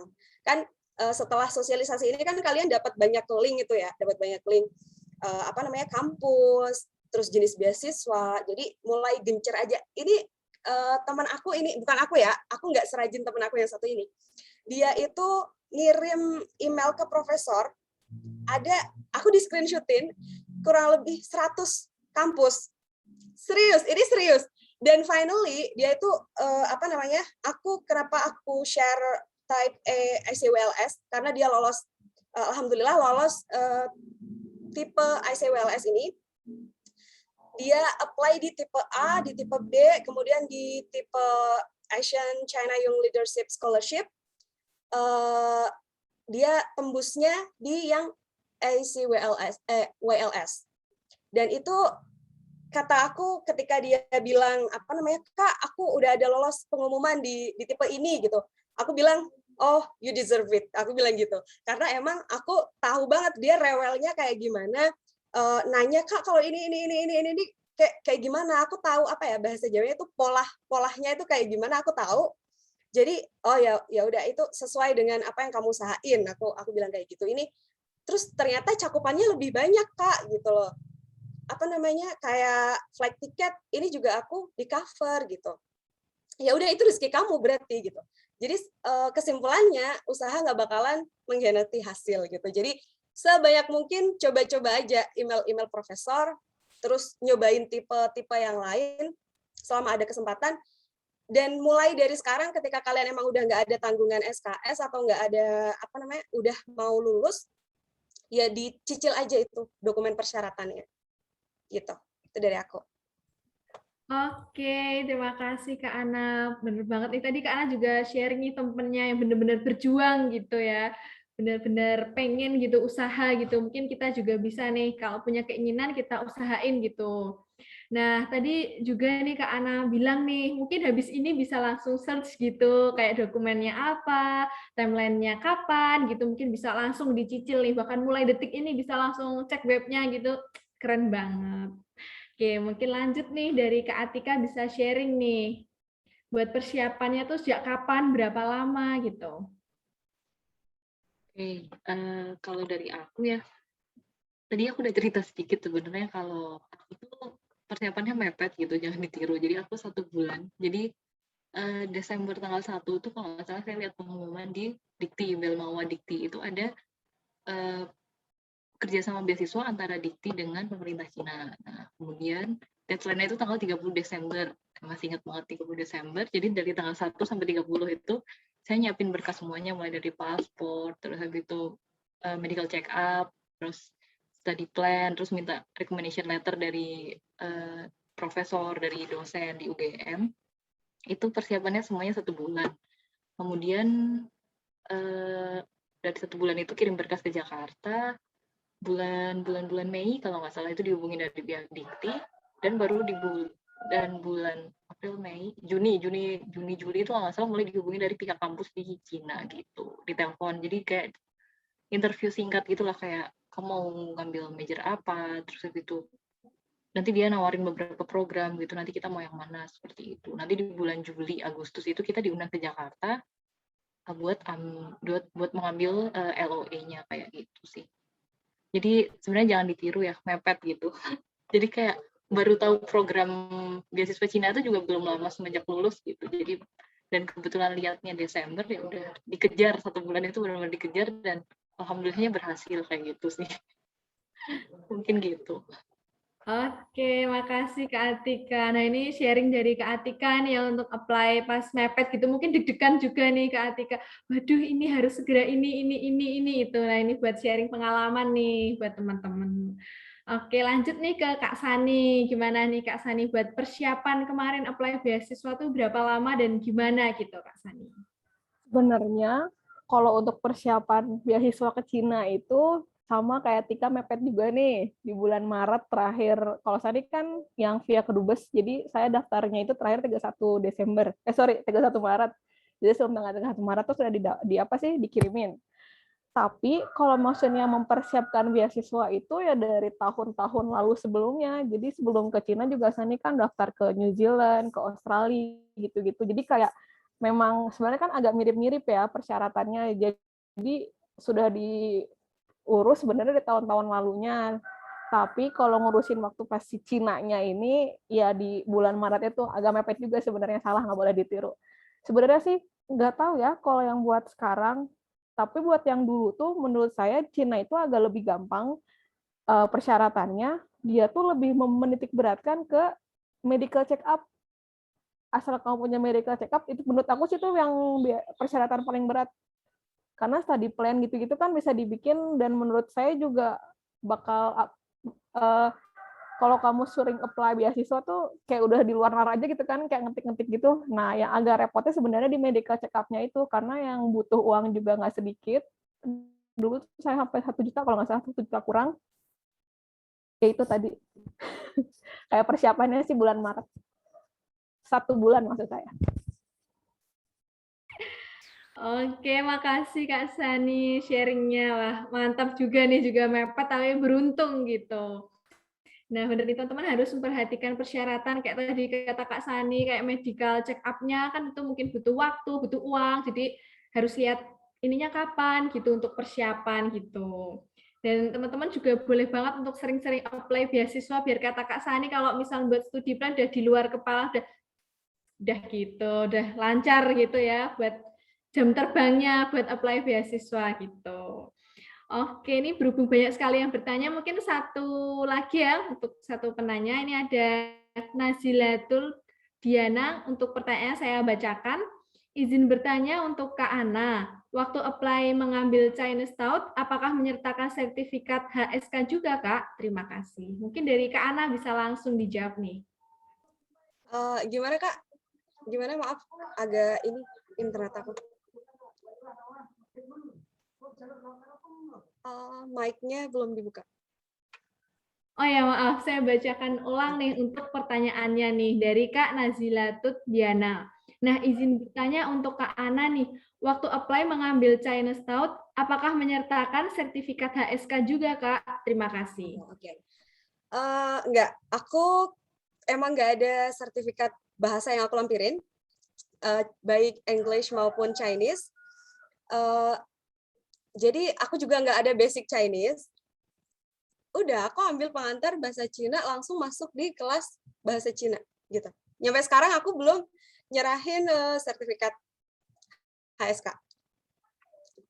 Oh, mantap. Jadi ini aman-aman saja gitu sampai sekarang gitu ya, Kak Ana ya? Oh, bener. Oke, mantap. Nah, mungkin nih teman-teman masih banyak pertanyaan gitu ya. Nah, mungkin teman-teman nih dapat menanyakan di Telegram gitu ya. Teman-teman kan mungkin udah masuk di grup Telegram gitu ya. Nah, teman-teman nanti misal masih ada pertanyaan atau rasa penasaran, nah teman-teman boleh menanyakan di situ gitu. Nah, berhubung ini sudah pukul 15:07 gitu ya, mungkin sesi tanya jawab kita akhiri dulu. Nah, teman-teman juga jangan lupa untuk mengisi presensi gitu ya, linknya mungkin teman-teman panitia bisa share ulang lagi. Nah, baik, mungkin sekian dari saya selaku moderator. Saya mohon maaf apabila tadi terdapat kesalahan kata atau ucapan. Nah, waktu dan tempat saya kembalikan kepada Kak Naila selaku MC.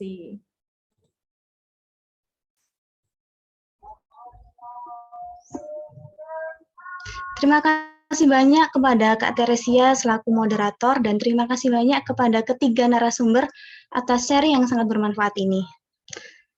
Untuk sebelum kita menutup acara pada siang hari ini, marilah kita mendokumentasikan. Bagi teman-teman yang belum menyalakan kameranya, dimohon untuk menyalakan kameranya sebentar.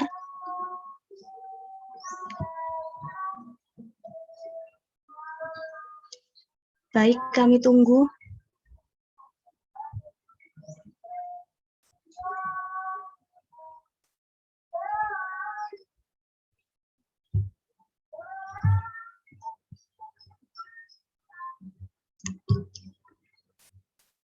Ayo teman-teman.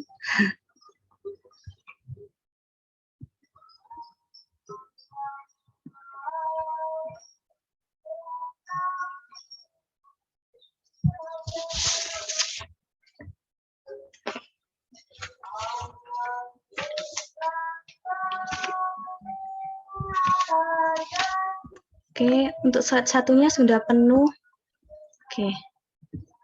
Oke, saya mulai ya. Senyum. 1, 2, 3.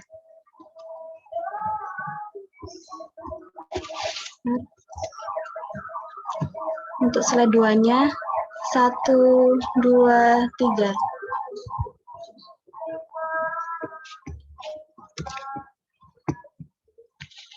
Oke, terima kasih teman-teman. Marilah kita tutup acara pada siang hari ini. Terima kasih banyak kepada teman-teman yang telah bergabung. Terima kasih kepada narasumber. Kemudian bagi teman-teman yang belum mengisi absen, dimohon untuk mengisi absen dahulu. Dan bagi teman-teman yang masih memiliki pertanyaan, bisa lanjut bertanya di grup Telegram dan kami akan menjawabnya. Gitu. Saya selaku MC, mohon maaf apabila ada kesalahan. Terima kasih teman-teman.